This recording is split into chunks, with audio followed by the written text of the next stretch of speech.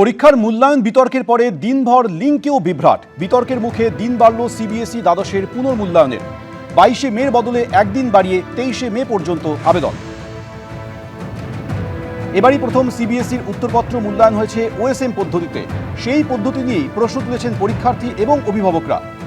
বুধবার প্রকাশিত হয়েছে সিবিএসই দ্বাদশের রেজাল্ট। সিবিএসই দ্বাদশে এবার পাশের হার কমেছে 3.19%। আর এরই মাঝে এবার পরীক্ষার মূল্যায়ন বিতর্কের পর দিনভর লিঙ্কেও বিভ্রাট। বিতর্কের মুখে সিবিএসই দ্বাদশের পুনর্মূল্যায়নে 22শে মের বদলে একদিন বাড়িয়ে 23শে মে পর্যন্ত আবেদনের জন্য সময়সীমা ধার্য করা হয়েছে।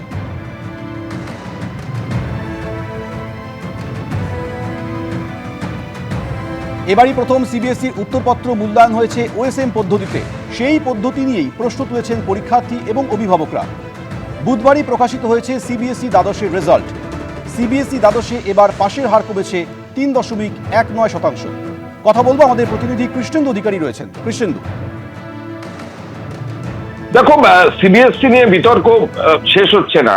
তুমি জানো যে সিবিএসসি যে রেজাল্ট ক্লাস 12 এর বেরিয়েছে কদিন আগেই, তাতে প্রচুর ছাত্রছাত্রী একটা অভিযোগ করছিলেন যে তাদের নম্বর কমে গেছে, বিশেষত ফিজিক্স, কেমিস্ট্রি, ম্যাথসে তাদের অ্যাভারেজ নম্বর চলে এসছে।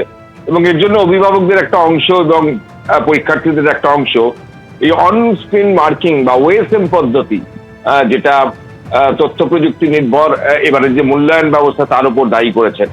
এবং যার ফলে অ্যাভারেজ নম্বর প্রচুর চলে এসছে এবং যারা অনেক বেশি নম্বর পান তারা কিন্তু কম নম্বর পেয়েছেন। গোটা দেশ জুড়ে এটা নিয়ে বিতর্ক চলছে।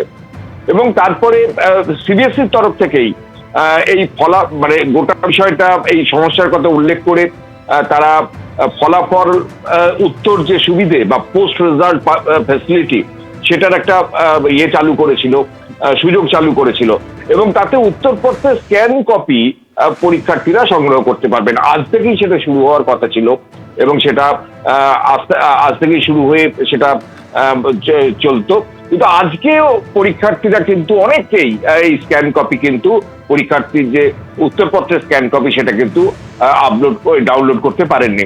স্বাভাবিকভাবে এটা প্রশ্ন উঠছে যে ছাত্রছাত্রীরা নম্বর কম পেয়েছে বলে প্রশ্ন তুলছে এবং এই যে অনস্ক্রিন মার্কিং নিয়ে একটা প্রশ্ন উঠছে, তারপরও যে সুবিধা ছাত্রছাত্রীদের দেওয়া হলো যে তারা ফটোকপি বা অনুলিপি যারা উত্তরপত্রে সেটা আজকে কালেক্ট করতে পারবে, যাতে তারা ঠিক মতো পরীক্ষা দিয়েছে কিনা সেটা যাচাই করতে পারবে, সেটাও কিন্তু দিনভর আজকে গোটা দেশ জুড়ে কিন্তু পরীক্ষার্থীরা সমস্যায় পড়েছে। এবং সেই উত্তরের যে স্ক্যান কপি সেটা কিন্তু ওয়েবসাইটের তথ্য প্রযুক্তিগত বিভ্রাটের জেরে সেটা কিন্তু আজকে সংগ্রহ করতে পারেনি। স্বাভাবিকভাবে বাধ্য হয়ে আজ থেকে দিনটাকে আরো বাড়ানো হয়েছে, অর্থাৎ উত্তরের যে স্ক্যান কপি কালেক্ট করার যে দিন সেটা আরো একদিন বাড়ানো হয়েছে। এমনিতেই তার যে টাকা 700 টাকা লাগতো সেটা 100 টাকা করা হচ্ছে, পাশাপাশি সেই দিনটাকেও বাড়ানো হয়েছে একদিন।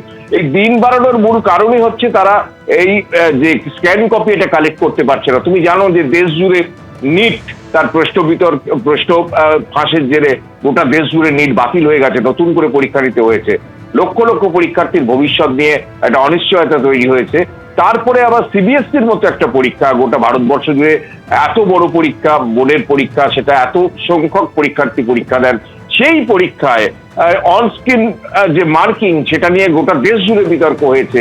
যে যারা হাতে খাতা দেখতেন বা হাতে খাতা দেখতেন যে পরীক্ষকরা, তার পরিবর্তে এই যে ওএসএম পদ্ধতিতে খাতা দেখার ফলে প্রচুর নম্বর বিভ্রাট হয়েছে এমন অভিযোগ উঠছে পরীক্ষার্থীদের পর। এবং সেই নম্বর বিভ্রাটের জেরে যে নতুন করে যে খাতা দেখার পদ্ধতি চালু করেছিল, সেই খাতা দেখার পদ্ধতিও সেই তথ্যগত প্রযুক্তি বিভ্রাটে আজকেও দেখতে পারেননি অনেক পরীক্ষার্থী, যার ফলে বাধ্য হয়ে এই পরীক্ষার্থীদের কাল থেকে আবার নতুন করে একদিন বাড়িয়ে এই খাতার বা ফলাফল উত্তর যে সুবিধে বা উত্তরপত্র স্ক্যানের কপি সংগ্রহ করার দিন ধার্য করেছে সিবিএসসি। ধন্যবাদ। এবিপি আনন্দ, এগিয়ে থাকে, এগিয়ে রাখে।